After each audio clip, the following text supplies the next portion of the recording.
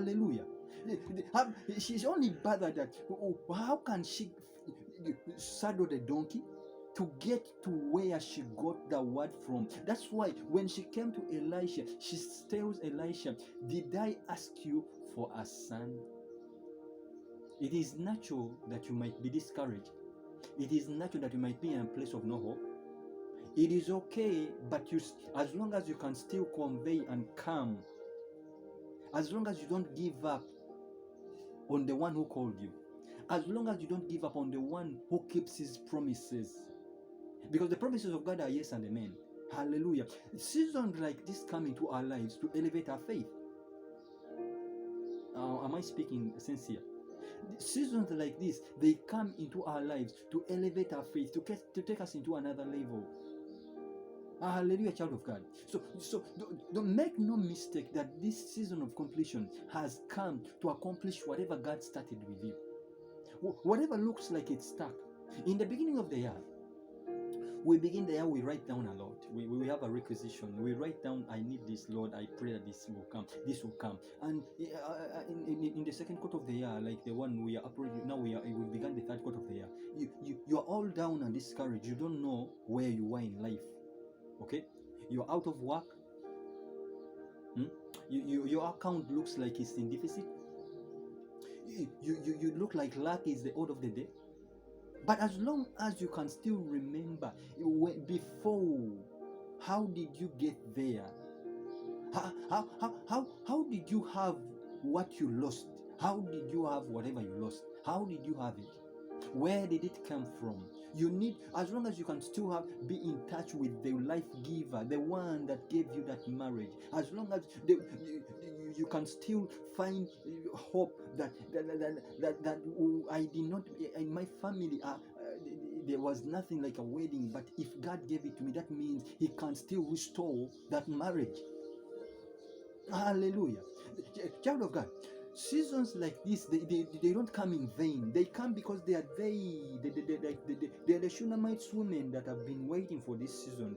I believe the Shunammite woman was in a season like this. I believe without doubt that this Shunammite woman was in a season of completion. I want to bring it to a point of knowing that each time you put your trust in God and leave all that has been worrying you, all that has been stressing you in life, because Solomon says that it is all in vain. No man adds up to anything. That when he thinks a lot, or when he's stressed, or when he's concerning himself, nothing will ever yield out of that, apart from when the man calls unto his creator, when a man remembers who created him. I want to borrow the book of Ecclesiastes, chapter 11, I believe. Chapter 11, Ecclesiastes, there's something I want to pick up here. Listen to me, child of God.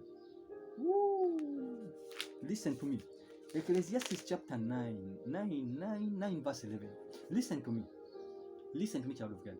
Again, I saw that under the sun the race is known to the swift. Let me say that again. This is Solomon. This is Solomon, the wisest man in the Bible. The one who asked God, who asked God for wisdom. Who God asked that, what should I do for you? And God, so he told him, I need wisdom on how to lead my people. He never asked for wealth, because he knew in wealth comes out of wisdom.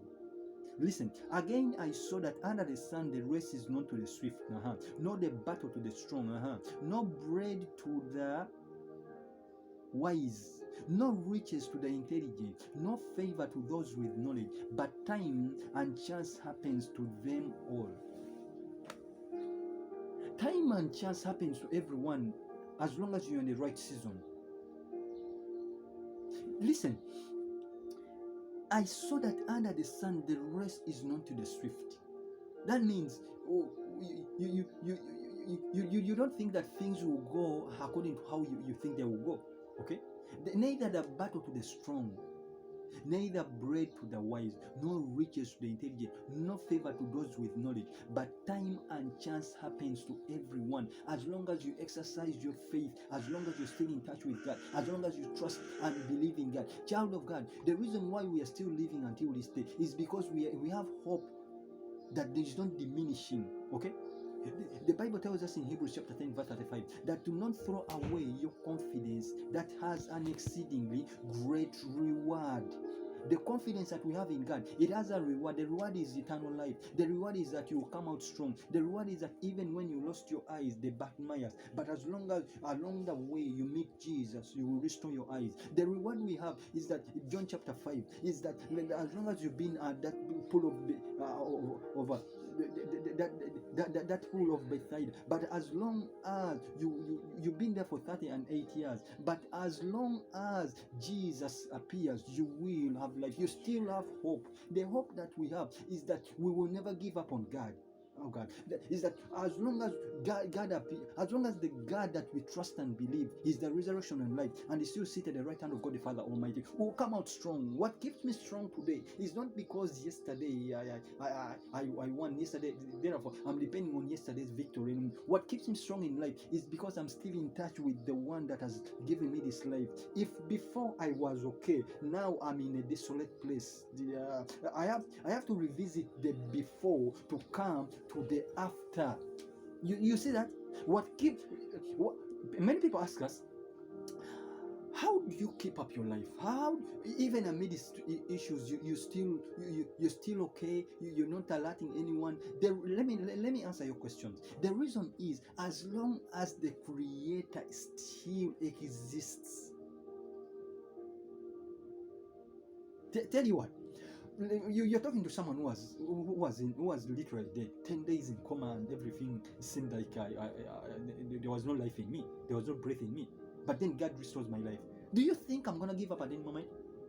Do you think I'm gonna get up at day and then I say that I've given up on life? Because I know how precious life is. I know that when I did not have one, God thought of me and gave me a second chance to life. So I don't think yesterday's failures will speak anything in my future. You see, the reason why we didn't depend on our past is because our past carries nothing but tears and worries. We depend on God. Jeremiah chapter 29 verse 11. The plans for God is to give us a hope and a future. Now, each time that I feel like I've failed in life, I always wait on that hope and the future that God promised me. That's what keeps me going. Know who to turn to in this season of completion. Know who to talk to in this season of completion. Know who to talk to when you're having issues in life. You have a lot of people that believe in you.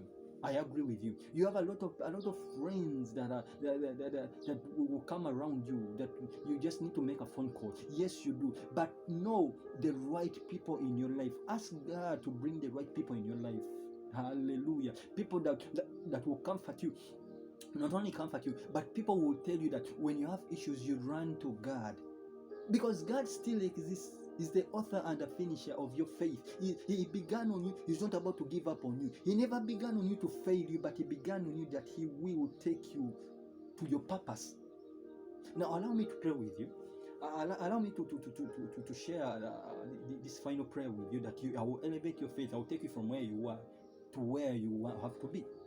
Now, Spirit of God, we want to thank you this afternoon. We want to give you glory, praise, honor, and adoration. I want to thank you, Father God Almighty, Father Lord. Lord, I'm praying for your people, Father Lord. There are people in their lives, that Shunammite woman, they have lost all hope. What they depended on, what they looked upon, it seems like it's gone, it's done. But Lord, the Shunammite woman knew that it is well because the one who gave her the son was still existing. Father, I employ your people, Father. I pray for them that, Lord, may you strengthen them. them from right now, Lord God, my Father. May you carry them through this season, Lord God, my Father. The season of completion has come, Father, Lord, to lift their faith up, Father God. The woman never told her husband. She said it is well. She said it is well because she knows that her Savior liveth. The author of life is still existing, Father. I pray for your people, Father.